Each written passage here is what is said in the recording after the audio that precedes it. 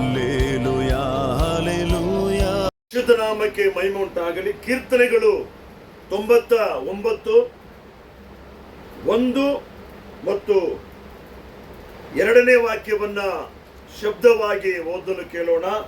ಕೀರ್ತನೆಗಳು 99 1 ಮತ್ತು 2ನೇ ವಾಕ್ಯವನ್ನ ಓದಲು ಕೇಳೋಣ. ಯೆಹೋವನು ರಾಜ್ಯಾಧಿಕಾರವನ್ನು ವಹಿಸಿದ್ದಾನೆ. ಯೆಹೋವನು ರಾಜ್ಯಾಧಿಕಾರವನ್ನು ವಹಿಸಿದ್ದಾನೆ. ಜನಾಂಗಗಳು ನಡುಗಲಿ.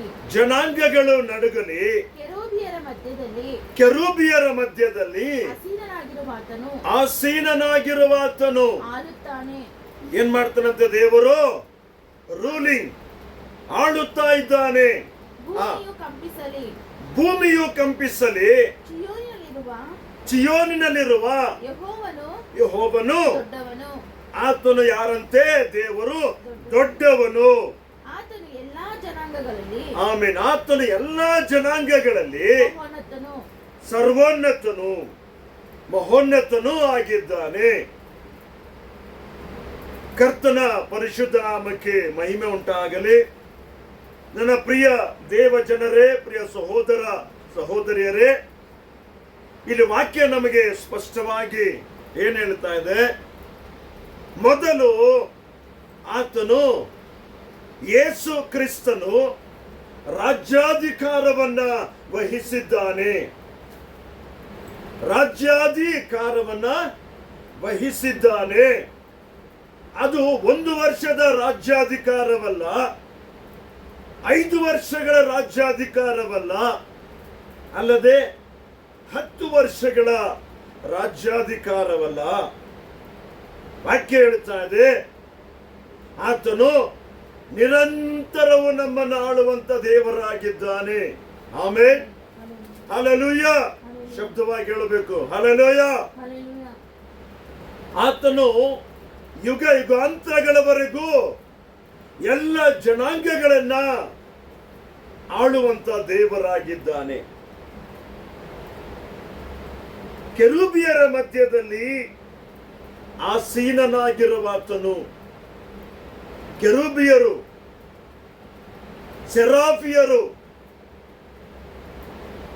ಆ ದೂತರುಗಳ ನಡುವೆ 24 ಗಂಟೆಗಳ ಕಾಲ ನಮ್ಮ ದೇವರಾದ ಯೆಹೋವನು ಪರಿಶುದ್ಧನು, ಪರಿಶುದ್ಧನು, ಪರಿಶುದ್ಧನೆಂಬುದಾಗಿ ಹಾಡಿ ಕೊಂಡಾಡುವಂತ ಕೆರೂಬಿಯರು, ಸೆರಾಫಿಯರ ನಡುವೆ ಆತನೇನ್ ಮಾಡ್ತಾ ಇದ್ದಾನೆ? ತನ್ನ ಸಿಂಹಾಸನದ ಮೇಲೆ ಆತನು ಕುಳಿತು ನೋಡುವಂತ ದೇವರಾಗಿದ್ದಾನೆ. ಕೆರೂಬಿಯರು, ಸೆರಾಫಿಯರ ಮಧ್ಯದಲ್ಲಿ ಮಾತ್ರವಲ್ಲ, ಎಲ್ಲಿ ದೇವಜನರು, ಅಭಿಷಕ್ತರು, ದೇವರ ಮಕ್ಕಳು ಆತನ ಪರಿಶುದ್ಧವಾದ ರಕ್ತದಲ್ಲಿ ತೊಳೆಯಲ್ಪಟ್ಟಿರುವಂತ ಮಕ್ಕಳು ಆತನನ್ನ ಕೂಡಿ ಆರಾಧಿಸುವಾಗ ಅವರ ನಡುವೆ, ನಮ್ಮ ನಡುವೆ ದೇವರು ಆತನು ರಾಜ್ಯಾಧಿಕಾರವನ್ನು ವಹಿಸಲು ತನ್ನ ಸಿಂಹಾಸನದ ಮೇಲೆ ಕುಳಿತು ನಮ್ಮ ಸ್ತುತಿಗಳನ್ನ ಆತನು ಬಯಸುವಂತ, ಇಷ್ಟಪಡುವಂತ, ಅದರಲ್ಲಿ ಆನಂದಿಸುವಂತ ದೇವರಾಗಿದ್ದಾನೆ. ಆಮೆನ್. ಹಲ್ಲೆಲೂಯಾ. ವಾಕ್ಯ ಹೇಳುತ್ತಾ ಇದೆ, ಕೀರ್ತನೆಗಳು 22 3ನೇ ವಾಕ್ಯದಲ್ಲಿ ನೋಡ್ತಾ ಇದ್ದೇವೆ, ಇಸ್ರಾಯೇಲ್ಯರ ಸ್ತೋತ್ರ ಸಿಂಹಾಸನದಲ್ಲಿರುವಾತನು ಆತನು ಪವಿತ್ರ ಸ್ವರೂಪನಾಗಿದ್ದಾನೆ. ಆತನು ಪವಿತ್ರ ಸ್ವರೂಪನಾಗಿದ್ದಾನೆ, ಕರುಣಾಮಯನಾಗಿದ್ದಾನೆ, ಪ್ರೀತಿ ಸ್ವರೂಪನಾಗಿದ್ದಾನೆ. ಅದೇ ಸಂದರ್ಭದಲ್ಲಿ ಆತನು ಪರಿಶುದ್ಧ ದೇವರಾಗಿದ್ದಾನೆ. ರಾಜ್ಯಾಧಿಕಾರವನ್ನು ವಹಿಸಿರುವಂತ ದೇವರು ಕೆರೂಬಿಯರ ನಡುವೆ ತನ್ನ ಸಿಂಹಾಸನವನ್ನ ಆತನು ಆ ಒಂದು ಸಿಂಹಾಸನದ ಮೇಲೆ ಕುಳಿತು ನಮ್ಮನ್ನು ನೋಡುವಂತ ದೇವರು ಆತನು. ವಾಕ್ಯ ಹೇಳುತ್ತಾ ಇದೆ, ಎಲ್ಲ ಜನಾಂಗಗಳಲ್ಲಿ, ಸರ್ವ ಜನಾಂಗಗಳಲ್ಲಿ ಆತನು ಏನಾಗಿದ್ದಾನೆ ಅಂತ ಹೇಳಿದ್ರೆ ಆತನು ಮಹೋನ್ನತನಾಗಿದ್ದಾನೆ. Amen. Amen. Hallelujah, hallelujah. Hallelujah. Hallelujah. ವಾಕ್ಯ ಸ್ಪಷ್ಟವಾಗಿ ಹೇಳ್ತಾ ಇದೆ. ಹಾಗೆ ಮುಂದಿನ ವಾಕ್ಯ ನೋಡಬೇಕಾದ 4ನೇ ವಾಕ್ಯ, ಅರಸನ ಬಲವು ನೀತಿಯಲ್ಲಿ ಆಸಕ್ತವಾಗಿದೆ. ಅರಸನ ಬಲವು ಯಾವುದರಲ್ಲಿ ಆಸಕ್ತವಾಗಿದೆ? ನೀತಿಯಲ್ಲಿ ಆಸಕ್ತವಾಗಿದೆ. ಅಂದ್ರೆ ನಾವು ಆರಾಧಿಸುವಂತ ದೇವರು ನೀತಿಯನ್ನ ಬಯಸುವಂತ ದೇವರು. ಇವತ್ತು ಅನೇಕರಲ್ಲಿ ನೀತಿ ನೋಡಲು ಸಾಧ್ಯವಾಗ್ತಾ ಇಲ್ಲ. ನೀತಿಗನುಸಾರವಾಗಿ ತಮ್ಮ ಜೀವನವನ್ನ ಸರಿಪಡಿಸಿಕೊಳ್ಳುತ್ತಾ ಇಲ್ಲ. ನೀತಿಗನುಸಾರವಾಗಿ ಅವರು ಜೀವಿಸಲು ಇಷ್ಟಪಡುತ್ತಾ ಇಲ್ಲ. ಅದಕ್ಕೆ ಇವತ್ತು ಅನೇಕರಲ್ಲಿ ಬಲಹೀನಗಳು, ಅನೇಕ ಸಮಸ್ಯೆಗಳು, ಅನೇಕ ಗೊಂದಲಗಳು, ನಾನಾ ವಿಧವಾದ ಸಂಕಷ್ಟಗಳು. ನೋಡಿ, ಸ್ಪಷ್ಟವಾಗಿ ಹೇಳ್ತಾ ಇದೆ, ಅರಸನಂದ್ರೆ ಯಾರು? ನಾವು ಆರಾಧಿಸುವಂತ ಯೇಸು ರಾಜನು. ಆತನೇ ಅರಸನು, ರಾಜಾದಿರಾಜನು. ಆತನ ಬಲವು ಎಲ್ಲಿದೆಯಂತೆ? ನೀತಿಯಲ್ಲಿ ಆಸಕ್ತವಾಗಿದೆ. ಆತನು ಯಾವಾಗಲೂ ಅನೀತಿಯನ್ನ ಮೆಚ್ಚುವಂತ ದೇವರಲ್ಲ, ಅನೀತಿಯನ್ನ ಪ್ರೋತ್ಸಾಹಪಡಿಸುವ ದೇವರಲ್ಲ, ಅನೀತಿಯಲ್ಲಿ ಆನಂದಿಸುವ ದೇವರಲ್ಲ. ಆತನ ಬಲ ಯಾವುದರಲ್ಲಿದೆ? ನೀತಿಯಲ್ಲಿ ಆಸಕ್ತವಾಗಿದೆ. ಮತ್ತೆ ಯಥಾರ್ಥವಾದದ್ದನ್ನು ಸ್ಥಾಪಿಸಿದವನು, ಯಾಕೋಬ್ಯರಲ್ಲಿ ನ್ಯಾಯ ನೀತಿಗಳನ್ನು ಸಿದ್ಧಿಗೆ ತಂದವನು ನೀನೇ. ನೋಡಿ, ನ್ಯಾಯ ನೀತಿಗಳನ್ನ ಮೊದಲು ಆತನ ಬಲ ನೀತಿಯಲ್ಲಿ ಆಸಕ್ತ ಆಗಿದೆ. ಮತ್ತೆ ಅದೇ ವಾಕ್ಯ ನೋಡ್ತಾ ಇದ್ದೀವಿ, ನ್ಯಾಯ ನೀತಿಗಳನ್ನು ಸಿದ್ಧಿಗೆ ತಂದವನು ನೀನೇ. ನನ್ನ ಪ್ರಿಯ ದೇವ ಜನರೇ, ದೇವರನ್ನ ನಂಬಿರುವಂತ ದೇವರ ಮಕ್ಕಳೇ, ವಾಕ್ಯ ನಮಗೆ ಸ್ಪಷ್ಟವಾಗಿ ಹೇಳ್ತಾ ಇದೆ, ಆತನು ನೀತಿಯನ್ನ ಮೆಚ್ಚುವ ದೇವರು, ನೀತಿಯಲ್ಲಿ ಆಸಕ್ತನಾಗಿರುವ ದೇವರು. ಮುಂದೆ 5ನೇ ವಾಕ್ಯ ಓದಲು ಕೇಳೋಣ. ನಮ್ಮ ಯೆಹೋವ ದೇವರನ್ನು ಘನಪಡಿಸಿರಿ. ಆತನ ಪಾದಪೀಠದ ಮುಂದೆ ಏನ್ ಮಾಡ್ಬೇಕಂತೆ? ಅಡ್ಡ ಬೀಳಿರಿ. ಆಮೇನ್. ಆತನು ಪರಿಶುದ್ಧನು. ಎಷ್ಟು ಸ್ಪಷ್ಟವಾಗಿ ಪರಿಶುದ್ಧಾತ್ಮನು ಸತ್ಯವೇದದಲ್ಲಿ ವಾಕ್ಯಗಳನ್ನ ನಮಗೋಸ್ಕರವಾಗಿ ಬರೆದಿಟ್ಟಿದ್ದಾನೆ. ನೋಡಿ, ನಾವು ಬೈಬಲ್ ಓದಬೇಕಾದ್ರೆ ಏನೋ ತಾನಾಗಿ ನಾವು ಓದಬಾರ್ದು. ನಿಧಾನವಾಗಿ ಶಬ್ದದಿಂದ ಗಮನವಿಟ್ಟು ಆ ವಾಕ್ಯಗಳನ್ನ ನಾವು ಓದುವಾಗ ಆ ವಾಕ್ಯದ ಮೂಲಕ ನಾವು ಆಶೀರ್ವಾದವನ್ನ, ಆ ವಾಕ್ಯದ ಮೂಲಕ ಬಲವನ್ನ, ಆ ವಾಕ್ಯಗಳ ಮೂಲಕ ಸಮಾಧಾನವನ್ನ, ಸಂತೋಷವನ್ನ, ಇನ್ನು ಹೇಳಬೇಕಾದ್ರೆ ಸಮಸ್ತ ಆಶೀರ್ವಾದಗಳನ್ನ, ಸಮೃದ್ಧಿಯನ್ನ ನಾವು ಹೊಂದಿಕೊಳ್ಳುವುದಕ್ಕೆ ಆ ವಾಕ್ಯ ನಮಗೆ ಸಹಾಯ ಮಾಡುತ್ತೆ. 6 ಮತ್ತು 7ನೇ ವಾಕ್ಯ ಓದಲು ಕೇಳೋಣ. ಆತನ ಯಾಜಕರಲ್ಲಿ ಮೋಶೆ ಆರೋನು. ನೋಡಿ, ಆತನ ಯಾಜಕರಲ್ಲಿ, ಹಳೆಯ ಒಡಂಬಡಿಕೆಯಲ್ಲಿ ಆತನ ಯಾಜಕರಲ್ಲಿ ಸ್ಪಷ್ಟವಾಗಿ ವಾಕ್ಯ ಹೇಳ್ತಾ ಇದೆ. ಆತನ ಯಾಜಕರಲ್ಲಿ ಮೋಶೆ ಆರೋನರು ಆತನ ಹೆಸರಿನಲ್ಲಿ ಪ್ರಾರ್ಥಿಸುವವರೊಳಗೆ ಸಮುವೇಲನು ಪ್ರಾರ್ಥಿಸಿಕೊಂಡಾಗ, ನೋಡಿ ಗಮನಿಸಬೇಕು, ಎಲ್ಲರೂ ಗಮನಿಸಬೇಕು. ಆತನ ಹೆಸರಿನಲ್ಲಿ ಇವರೆಲ್ಲರೂ ಪ್ರಾರ್ಥಿಸಿಕೊಂಡಾಗೆಲ್ಲ, ಪ್ರಾರ್ಥನೆ ಮಾಡುವಾಗೆಲ್ಲ, ಯಾವಾಗೆಲ್ಲ ದೇವರನ್ನ ಹುಡುಕುವ ಎಲ್ಲ ಸಂದರ್ಭದಲ್ಲೂ ಆ ಪ್ರಾರ್ಥನೆ ಮಾಡುವಾಗೆಲ್ಲ ಯೆಹೋವನು ಅವರಿಗೆ ಯೆಹೋವನು ಅವರಿಗೆ ಸದುತ್ತರವನ್ನು ದಯಪಾಲಿಸುತ್ತಿದ್ದನು. Amen, hallelujah. ಹಲ್ಲೆಲೂಯಾ. ನೋಡಿ, ಅವರ ಪ್ರಾರ್ಥನೆ ಮಾತ್ರ ದೇವರು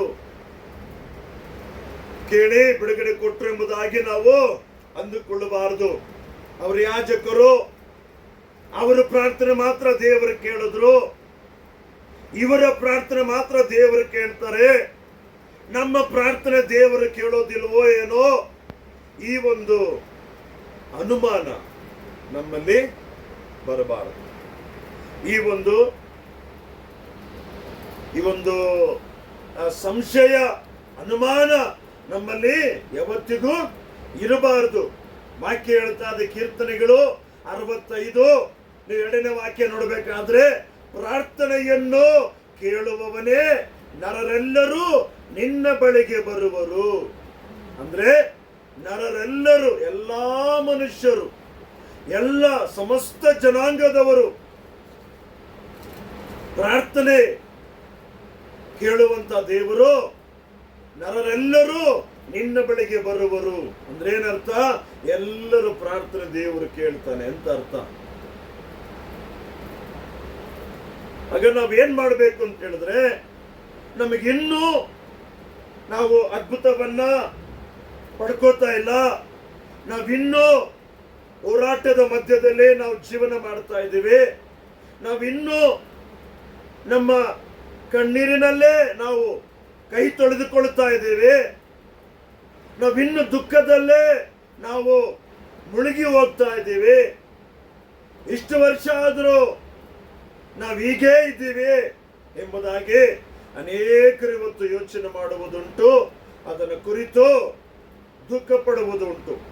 ವಾಕ್ಯ ಹೇಳುತ್ತಾ ಇದೆ, ಯಾಕೋಬನು ಬರೆದ ಪತ್ರಿಕೆ 4ನೇ ಅಧ್ಯಾಯ 1ರಿಂದ ಕೆಲ ವಚನಗಳನ್ನು ನಾವು ಓದಲು ಕೇಳೋಣ.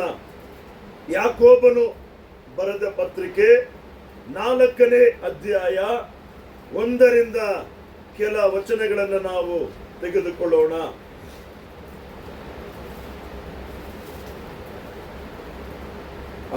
ಒಂದು, 2, 3. 4ನೇ ಅಧ್ಯಾಯ ಯಾಕೋಬನು ಬರೆದ ಪತ್ರಿಕೆ 4ನೇ ಅಧ್ಯಾಯ 1ರಿಂದ 3ನೇ ವಾಕ್ಯದವರೆಗೂ ನಾವು ಓದಲು ಕೇಳೋಣ. ನಿಮ್ಮಲ್ಲಿ ಯುದ್ಧಗಳು, ಕಾದಾಟಗಳು ಎಲ್ಲಿಂದ ಹುಟ್ಟುತ್ತವೆ? ನಿಮ್ಮ ಇಂದ್ರಿಯಗಳಲ್ಲಿ ಹೋರಾಡುವ ಭೋಗಶೆಗಳಿಂದಲೇ ಅಲ್ಲವೇ? ನೀವು ಆಶಿಸಿದರೂ ಹೊಂದದೇ ಇದ್ದೀರಿ. ನೀವು ಕೊಲೆಗಾರರು ಆಗುವಷ್ಟು ಹೊಟ್ಟೆ ಕಿಚ್ಚು ಪಟ್ಟಾದರೂ ಸಂಪಾದಿಸಲಾರದೆ ಇದ್ದೀರಿ. ನೀವು ಕಾದಾಡುತ್ತೀರಿ, ಯುದ್ಧ ಮಾಡುತ್ತೀರಿ. ನೀವು ದೇವರನ್ನು ಬೇಡಿಕೊಳ್ಳದ ಕಾರಣ ನಿಮಗೇನು ದೊರೆಯಲಿಲ್ಲ. ನೀವು ಬೇಡಿದ್ದನ್ನು ನಿಮ್ಮ ಭೋಗಗಳಿಗಾಗಿ ಉಪಯೋಗಿಸಬೇಕೆಂಬ ದುರಭಿಪ್ರಾಯಪಟ್ಟು ಬೇಡಿಕೊಳ್ಳುವುದರಿಂದ ನಿಮಗೆ ದೊರೆಯುವುದಿಲ್ಲ. ನೋಡಿ, ವಾಕ್ಯ ಹೇಳ್ತಾ ಇದೆ ತುಂಬಾ ಸ್ಪಷ್ಟವಾಗಿ. ಜೇಮ್ಸ್ ಚಾಪ್ಟರ್ 4 1, 2 and 3 ವಾಕ್ಯದಲ್ಲಿ ನೋಡ್ತಾ ಇದ್ದೀವಿ, ನಿಮ್ಮಲ್ಲಿ ಯುದ್ಧಗಳು, ಕಾದಾಟಗಳು ಎಲ್ಲಿಂದ ಹುಟ್ಟುತ್ತವೆ? ಪ್ರಶ್ನೆ. ನಿಮ್ಮ ಇಂದ್ರಿಯಗಳಲ್ಲಿ ಹೋರಾಡುವ ಭೋಗಾಶೆಗಳಿಂದಲೇ ಅಲ್ಲವೇ? ನೋಡಿ, ನಾವು ಲೋಕದಲ್ಲಿ ಜೀವನ ಮಾಡ್ತಾ ಇದ್ದೀವಿ, ಮನುಷ್ಯನಿಗೆ ಆಸೆ ಇರೋದು ಸಹಜ. ಅದು ಎಂತ ಆಸೆ ಆಗಿರಬೇಕು? ಅದು ದೇವರನ್ನ ಮೆಚ್ಚಿಸುವಂತ ಆಸೆಯಾಗಿರಬೇಕು, ದೇವರನ್ನ ಮಹಿಮೆ ಪಡಿಸುವಂತ ಆಸೆಯಾಗಿರಬೇಕು. ಅದಕ್ಕೆ ಬದಲಾಗಿ ಈ ಜಗತ್ತಿನ ಭೋಗಗಳನ್ನ, ಈ ಜಗತ್ತಲ್ಲಿರುವಂತ ಅನೇಕ ವಿಧವಾದ ಭೋಗಾಶೆಗಳನ್ನ ನಾವು ಆಶಿಸುವಾಗಲೇ ಇಲ್ಲೇನ್ ಹೇಳ್ತದೆ ವಾಕ್ಯ? ನೀವು ಆಶಿಸಿದರೂ ಹೊಂದದೇ ಇದ್ದೀರಿ. ಅದು ಈಗ ಹೇಳಬೇಕಾದ್ರೆ ನಮ್ಮ ಆಸೆ ಸ್ವಾರ್ಥದ ಆಸೆಯಾಗಿ ಇರಬಾರದು. ಎಂತ ಆಸೆ ಇರಬಾರದು? ಜೋರಾಗಿ ಹೇಳಬೇಕು. ಸ್ವಾರ್ಥದ ಆಸೆ ನಮ್ಮಲ್ಲಿ ಇರಬಾರ್ದು. ಆಸೆ ಪಡೋದು ತಪ್ಪಲ್ಲ, ಎಲ್ಲರಿಗೂ ಒಂದೊಂದು ವಿಧವಾದ ಆಸೆ ಇರುತ್ತೆ. ಆದ್ರೆ ಮುಖ್ಯವಾಗಿ ದೇವರನ್ನ ಹಿಂಬಾಲಿಸುವಂತವರಿಗೆ, ದೇವರನ್ನ ಮಹಿಮೆ ಪಡಿಸುವಂತವರಿಗೆ, ದೇವರ ಮಾರ್ಗದಲ್ಲಿ ನಡೆಯುವಂತವರಿಗೆ ಇರುವಂತ ಆಸೆ ಏನು? ನಾನು ಏನೇ ಮಾಡಿದ್ರು ಕೂಡ ಅದು ದೇವರು ಮೆಚ್ಚುವ ಕಾರ್ಯವಾಗಿರಬೇಕು, ಅದು ದೇವರಿಗೆ ಮಹಿಮೆಯನ್ನು ತರುವಂತ ಕಾರ್ಯವಾಗಿರಬೇಕು. ಅದರಲ್ಲಿ ಅದು ಸಣ್ಣ ಕಾರ್ಯವೋ ದೊಡ್ಡ ಕಾರ್ಯವೋ ಅದು ದೇವರನ್ನು ಮೆಚ್ಚಿಸುವಂತದ್ದಾಗಿರಬೇಕು. ಮುಂದೆ ವಾಕ್ಯ ನೋಡ್ತಾ ಇದ್ದೀವಿ. 2ನೇ ವಾಕ್ಯದಲ್ಲಿ, ನೀವು ಕೊಲೆಗಾರರಾಗುವಷ್ಟು ಹೊಟ್ಟೆ ಕಿಚ್ಚು ಪಟ್ಟಾದರೂ ಸಂಪಾದಿಸಲಾರದೆ ಇದ್ದೀರಿ, ನೀವು ಕಾದಾಡುತ್ತೀರಿ, ಯುದ್ಧ ಮಾಡುತ್ತೀರಿ. ಯಾವುದಕ್ಕೋಸ್ಕರ? ಹೊಟ್ಟೆ ಕಿಚ್ಚು ಪಟ್ಟಾದರೂ. ಹೇಗೆದು? ನೀವು ಕೊಲೆಗಾರರಾಗುವಷ್ಟು. ಇವತ್ತು ಕೊಲೆ, ದರೋಡೆ, ಸುಲಿಗೆ ಅಲ್ಲಲ್ಲಿ ನಡೆಯಲು ಕಾರಣ ಏನು? ಹೊಟ್ಟೆ ಕಿಚ್ಚು.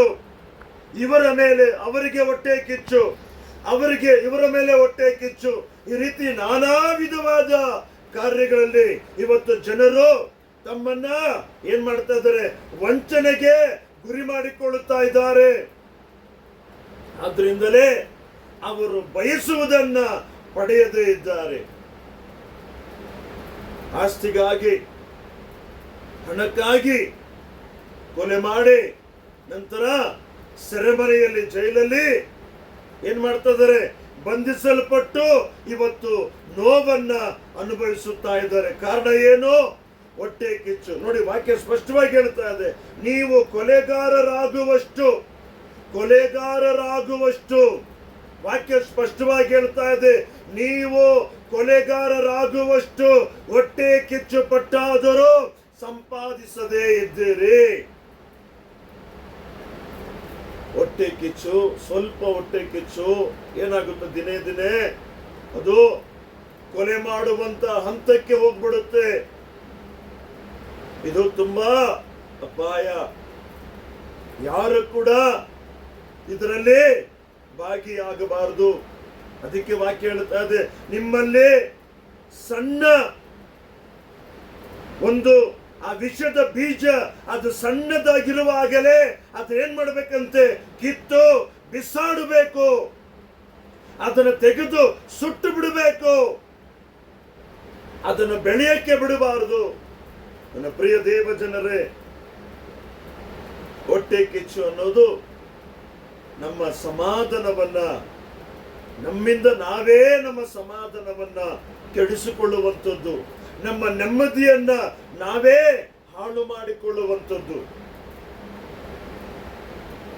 ಅದಕ್ಕೆ ದೇವರ ವಾಕ್ಯ ಸ್ಪಷ್ಟವಾಗಿ ಹೇಳ್ತಾ ಇದೆ, ಹೊಟ್ಟೆ ಕಿಚ್ಚು ಯಾರಲ್ಲೂ ಕೂಡ ಇರಬಾರದು.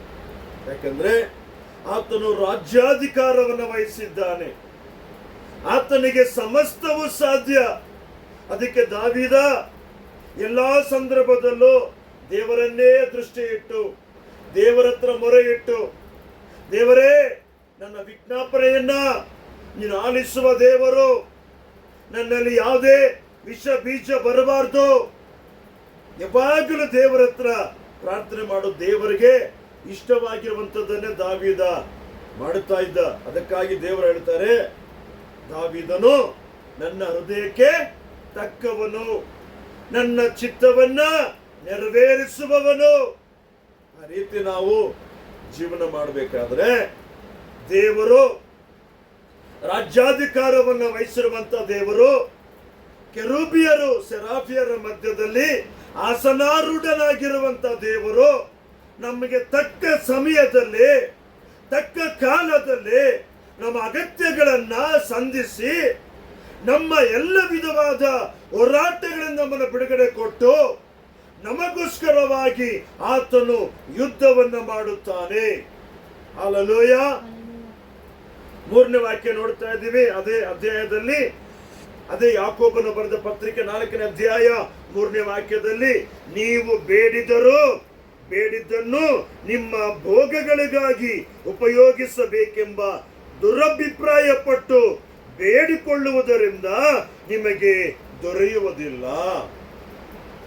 ಮೊದಲು ಹೊಟ್ಟೆ ಕಿಚ್ಚು. ಆ ಹೊಟ್ಟೆ ಕಿಚ್ಚು ಎಂತ ಹೊಟ್ಟೆ ಕಿಚ್ಚು? ಕೊಲೆಗಾರರಾಗುವಷ್ಟು ಹೊಟ್ಟೆ ಕಿಚ್ಚು.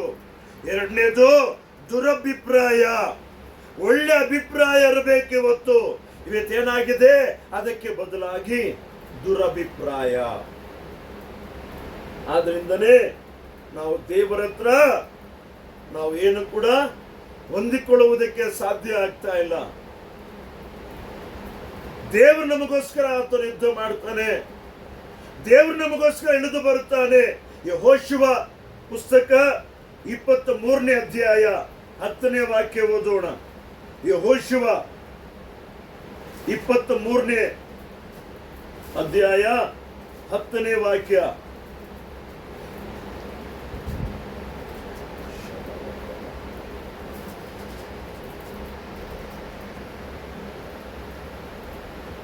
ನಾನೇ ಓದ್ತೀನಿ ಕೇಳಿ. ಯೆಹೋಶುವ 23:10ನೇ ವಾಕ್ಯ. ನಿಮ್ಮ ದೇವರಾದ ಯೆಹೋವನು ತನ್ನ ವಾಗ್ದಾನದಂತೆಯೇ ನಿಮಗೋಸ್ಕರ ಯುದ್ಧ ಮಾಡಿದ್ದರಿಂದ ನಿಮ್ಮಲ್ಲಿ ಒಬ್ಬನು 1000 ಜನರನ್ನು ಓಡಿಸುವುದಕ್ಕೆ ಶಕ್ತನಾದನು. Hallelujah, hallelujah. ಇಲ್ಲಿ ಏನ್ ಕಾರಣ? ದೇವರು ನಮಗೋಸ್ಕರವಾಗಿ ಯುದ್ಧವನ್ನ ಮಾಡ್ತಾನೆ.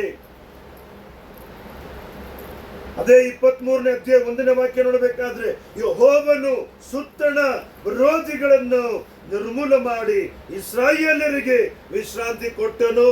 ಯೆಹೋಶುವನ ಕಾಲದಲ್ಲಿ ಆತನು ಯುದ್ಧಕ್ಕಾಗಿ ಆತನ ದೇವರು ಸಿದ್ಧ ಮಾಡ್ತಾ ಇರುವಂತಹ ಸಂದರ್ಭದಲ್ಲಿ ಯೆಹೋಶುವನನ್ನ ದೇವರೇನ್ ಮಾಡ್ತಾರೆ? ಯೆಹೋಶುವನಿಗೆ ವಾಗ್ದಾನ ಕೊಟ್ಟು ಧೈರ್ಯ ಪಡಿಸ್ತಾ ಇದ್ದಾರೆ. ಯೆಹೋಶುವ ಸುತ್ತಣ ವಿರೋಧಿಗಳನ್ನು ನಿರ್ಮೂಲ ಮಾಡಿ ಇಸ್ರಾಯೇಲರಿಗೆ ವಿಶ್ರಾಂತಿ ಕೊಟ್ಟನು. ಯೆಹೋಶುವನ ಕೈಯಲ್ಲಿ ದೇವರೇನ್ ಮಾಡ್ತಾ ಇದ್ದಾರೆ? ದೊಡ್ಡ ಅದ್ಭುತವನ್ನು ಮಾಡುತ್ತಾ ಇದ್ದಾರೆ. ಅದಕ್ಕೂ ಮೊದಲು ಯೆಹೋಶುವನನ್ನ ದೇವರು ಬಲಪಡಿಸಿದ್ರು. ಯಾಕಂತ ಹೇಳಿದ್ರೆ ಅವನು ಯಥಾರ್ಥವಾಗಿದ್ದ ಕಾರಣ, ಸ್ವಾರ್ಥ ಇಲ್ಲದ ಕಾರಣ, ಅವನಲ್ಲಿ ಸ್ವಾರ್ಥತೆ ಇಲ್ಲದ ಕಾರಣ, ಯಥಾರ್ಥವಾಗಿ ಜೀವನ ಮಾಡ್ತಾ ಇದ್ದಂತ ಕಾರಣ, ದೇವರಿಗೆ ಭಯಭಕ್ತಿಯಾಗಿ ಜೀವನ ಮಾಡ್ತಾ ಇರುವ ಕಾರಣ ದೇವರೇನ್ ಮಾಡ್ತಾ ಇದ್ದಾರೆ? ಸುತ್ತಣ ಎಲ್ಲ ವಿರೋಧಿಗಳನ್ನ ದೇವರೇನ್ ಮಾಡ್ತಾ ಇದ್ದಾರೆ? ನಿರ್ಮೂಲ ಮಾಡುತ್ತಾ ಇದ್ದಾರೆ. ಅದೇ ಯೆಹೋಶುವನ ಪುಸ್ತಕ 1ನೇ ಅಧ್ಯಾಯ ಅಲ್ಲಿ ನೋಡಬೇಕಾದ್ರೆ ದೇವರು ಹೇಳ್ತಾ ಇದ್ದಾರೆ, ಯೆಹೋಶುವ, ನನ್ನ ಸೇವಕನಾದ ಮೋಶೆ ಸತ್ತು ಹೋದನು. ನನ್ನ ಸೇವಕನಾದ ಮೋಶೆ ಸತ್ತ ಕಾರಣ ನೀನೇನ್ ಮಾಡಬೇಡ, ಆ ದುಃಖದಲ್ಲೇ ಕೂತುಕೊಳ್ಳಬೇಡ, ಆ ವೇದನೆಯಲ್ಲೇ ಕೂತುಕೊಳ್ಳಬೇಡ. ದೇವರು ಹೇಳ್ತಾ ಇದ್ದಾರೆ ಯೆಹೋಶುವ 1ನೇ ಅಧ್ಯಾಯ, ನೀನು ಈಗ ಎದ್ದು ಸಮಸ್ತ ಪ್ರಜಾ ಸಹಿತವಾಗಿ ಈ ಯೊರ್ದನ್ ಹೊಳೆಯನ್ನು ದಾಟಿ ನಾನು ಇಸ್ರಾಯೇಲರಿಗೆ ಕೊಡುವ ದೇಶಕ್ಕೆ ಹೋಗು. ದೇವರು ವಾಗ್ದಾನ ಮಾಡ್ತಾ ಇದ್ದಾರೆ. ಇವತ್ತು ನಮಗೂ ಕೂಡ ನನಗೆ ಆಧಾರವಾಗಿದ್ದಂತ, ನನಗೆ ಪ್ರಯೋಜನವಾಗಿದ್ದಂತ, ನನಗೆ ಸಹಾಯಕವಾಗಿದ್ದಂತ ಇವತ್ತೆಲ್ಲವೂ ಕೂಡ ನಾನು ಕಳ್ಕೊಂಡಿದ್ದೇನೆ. ನಾನು ಒಬ್ಬಂಟಿಯಾಗಿದ್ದೇನೆಂಬುದಾಗಿ ನನ್ನ ಪ್ರಿಯ ಸಹೋದರಿಯರೇ, ನೀವು ಆ ದುಃಖದಲ್ಲಿ ಇರೋದು ದೇವರಿಗೆ ಇಷ್ಟ ಇಲ್ಲ. ದೇವರೇನ್ ಮಾಡ್ತದೇನೆ? 5ನೇ ವಾಕ್ಯದಲ್ಲಿ, ನಿನ್ನ ಜೀವಮಾನದಲ್ಲೆಲ್ಲ ಒಬ್ಬನು ನಿನ್ನ ಮುಂದೆ ನಿಲ್ಲನು, ನಾನು ಮೋಶೆಯ ಸಂಗಡ ಇದ್ದ ಹಾಗೆ ನಿನ್ನ ಸಂಗಡನು ಇರುವೆನು. ದೇವರು ವಾಗ್ದಾನ ಮಾಡಿದ್ರೆ ಅದು ನೆರವೇರುತ್ತೆ. ಆತನು ಪಕ್ಷಪಾತಿಯಾದ ದೇವರಲ್ಲ. ದೇವರು ಪಕ್ಷಪಾತಿ ಉಳ್ಳ ದೇವರಲ್ಲ. ಆದುದರಿಂದ ರಾಜ್ಯಾಧಿಕಾರವನ್ನ ವಹಿಸೋ ದೇವರು, ಕೆರೂಬಿಯರ ಸೆರಾಫಿಯರ ನಡುವೆ ಆಸನಾರೂಢನಾಗಿ ಇರುವಂತ ದೇವರು, ನೀತಿಯನ್ನ ಮೆಚ್ಚುವಂತ ದೇವರು, ನೀತಿಯಲ್ಲೇ ಆತನ ಬಲವು ಆಸಕ್ತನಾಗಿ ನಮಗೆ ತೋರಿಸುತ್ತಿರುವಂತ ದೇವರು. ನಾವು ಪ್ರಾರ್ಥನೆ ಮಾಡುವುದನ್ನ ಆತನು ಗಮನಿಸುವಂತ ದೇವರಾಗಿದ್ದಾನೆ. ನಾವೇನ್ ಪ್ರಾರ್ಥನೆ ಮಾಡ್ತಾ ಇದ್ದೀವಿ? ನನ್ನ ಸ್ವಾರ್ಥಕ್ಕೋಸ್ಕರ ಪ್ರಾರ್ಥನೆ ಮಾಡ್ತಾ ಇದ್ದೀನೋ, ಅಲ್ಲದ ದೇವರಿಗೋಸ್ಕರವಾಗಿ ನಾನು ಪ್ರಾರ್ಥನೆ ಮಾಡ್ತಾ ಇದ್ದೀನೋ, ಅಲ್ಲದ ದೇವರ ನಾಮಕ್ಕೋಸ್ಕರವಾಗಿ ನಾನು ಜೀವನ ಮಾಡ್ತಾ ಇದ್ದೀನೋ? ದೇವರು ಎಲ್ಲವನ್ನ ಗಮನಿಸ್ತಾ ಇದ್ದಾನೆ. ಅದಕ್ಕೆ ದೇವರು ಹೇಳ್ತಾ ಇದ್ದಾನೆ, ನೀವು ಬೇಡಿಕೊಳ್ಳುವುದು ನಿಮ್ಮ ಭೋಗಗಳಿಗಾಗಿ ಬೇಡಿಕೊಳ್ಳುವ ಕಾರಣ ನಿಮಗೆ ಯಾವುದು ಸಿಗಲಿಲ್ಲ. ನೀವು ನನ್ನ ಹತ್ರ ಪ್ರಾರ್ಥನೆ ಮಾಡಿ, ಯಥಾರ್ಥ ಹೃದಯದಿಂದ ಪ್ರಾರ್ಥನೆ ಮಾಡಿ, ನಾನು ನಿಮಗೆ ತಕ್ಕ ಕಾಲದಲ್ಲಿ ತಕ್ಕ ಸಮಯದಲ್ಲಿ ನಾನು ಏನ್ ಮಾಡ್ತೀನಿ, ನಿಮಗೆ ಸಹಾಯವನ್ನ ಮಾಡ್ತೀನಿ. ನಾವೆಲ್ಲರೂ ಹಾಗೆ ಕಣ್ಣುಗಳನ್ನು ಮುಚ್ಚಿ ನಾವು ಪ್ರಾರ್ಥನೆ ಮಾಡೋಣ. ನಮ್ಮನ್ನು ಬಹಳವಾಗಿ ಪ್ರೀತಿ ಮಾಡುವ ನಮ್ಮ ತಂದೆಯಾಗಿರುವ ದೇವರೇ, ಈ ಒಳ್ಳೆಯ ಸಂದರ್ಭದಲ್ಲಿ ಕರ್ತನೇ, ರಾಜ್ಯಾಧಿಕಾರವನ್ನು ವಹಿಸಿರುವಂತ ದೇವರು ನೀನು, ನೀತಿಯನ್ನ ಮೆಚ್ಚುವಂತ ದೇವರಪ್ಪ. ಈ ಸಂದರ್ಭದಲ್ಲಿ ದೇವರೇ ಕರ್ತನೇ, ನಿನ್ನ ಯಾಜಕನಾಗಿದ್ದಂತ ಮೋಶೆ, ಆರೋನ, ಸಮುವೇಲ ಇವರೆಲ್ಲರ ಪ್ರಾರ್ಥನೆಗಳನ್ನ ಕೇಳಿ ದೇವರೇ ಸದುತ್ರವನ್ನ ಕೊಡುತ್ತಾ ಬರುತ್ತಿದ್ದಂತ ದೇವರು, ಯೆಹೋಶುವನನ್ನ ಬಲಪಡಿಸಿರುವಂತ ದೇವರು, ಇವತ್ತು ಈ ವಾಕ್ಯವನ್ನು ಕೇಳುವಂತ ನಮ್ಮೆಲ್ಲರ ಜೀವಿತದಲ್ಲಿ ಆರೋಗ್ಯದ ವಿಷಯದಲ್ಲಿರಬಹುದು, ಕುಟುಂಬದಲ್ಲೂ, ಸೇವೆಯಲ್ಲೂ, ಸರ್ವ ವಿಷಯದಲ್ಲೂ ಕರ್ತನೇ ಜೊತೆ ಇದ್ದು ಅದ್ಭುತವನ್ನು ಮಾಡಬೇಕೆಂಬುದಾಗಿ ನಮ್ಮ ಕರ್ತನ ಜಗದಕ್ಷಕನಾಗಿರುವ ಯೇಸು ಕ್ರಿಸ್ತನ ಬಲವುಳ್ಳ ನಾಮದಲ್ಲಿ ಪ್ರಾರ್ಥಿಸಿ ಬೇಡಿದ್ದೇವೆ, ನಮ್ಮ ಜೀವವುಳ್ಳ ಒಳ್ಳೆಯ ಪರಲೋಕದ ತಂದೆಯೇ. ಆಮೇನ್, ಆಮೇನ್, ಆಮೇನ್.